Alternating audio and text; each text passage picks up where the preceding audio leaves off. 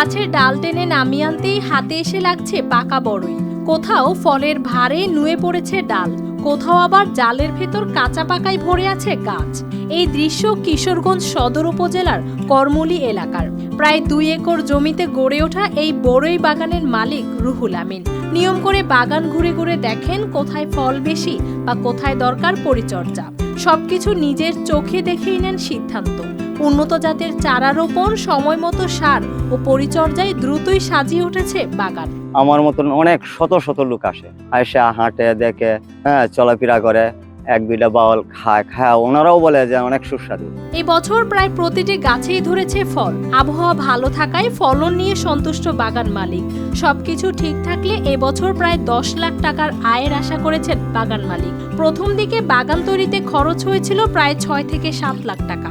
আমাদের এই জায়গাটা 5 বছরের জন্য লিজ নেওয়া, লিজের টাকা সহ এইখানে যেহেতু এবছর আমাদের অতিরিক্ত লেবার কষ্ট গেছে পানির কারণে, সব মিলিয়ে 7.5 লাখ টাকার মতো খরচ আমাদের প্রায় হয়ে গেছে। ইনশাল্লাহ এর ভিতরেই হচ্ছে, এর বাইরে না।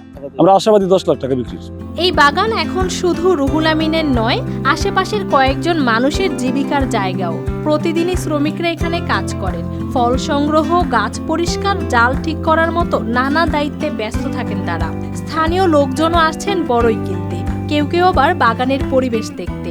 আসলাম বেড়াইতে, আইসে এই বাগানটা আমি দেখলাম, বাগানের নাম শুনলাম যে খুব বড় বাগান, কিশোরগঞ্জ ডিস্ট্রিক্টের মধ্যে সবচেয়ে বড় বাগান। তখন বাগানটা আইলাম দেখতে গিয়ে বাগানটা দেখতে গিয়ে আমার একটা আকর্ষণ হইল। মানে দেখলাম যে বড়ুর বারে ডাল এই ভাঙ্গে বিক্রি হতে ভাঙ্গে যেতে হয়। উপজেলা কৃষি কর্মকর্তারা বলছেন বড়ই বা কুল একটি লাভজনক ফল।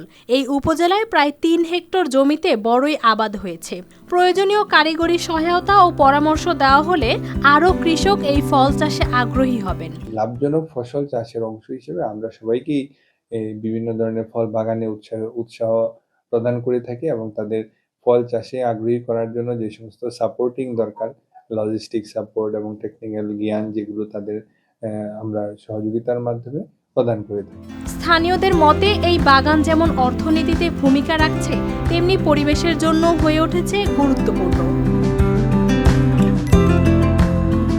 News desk, RTV।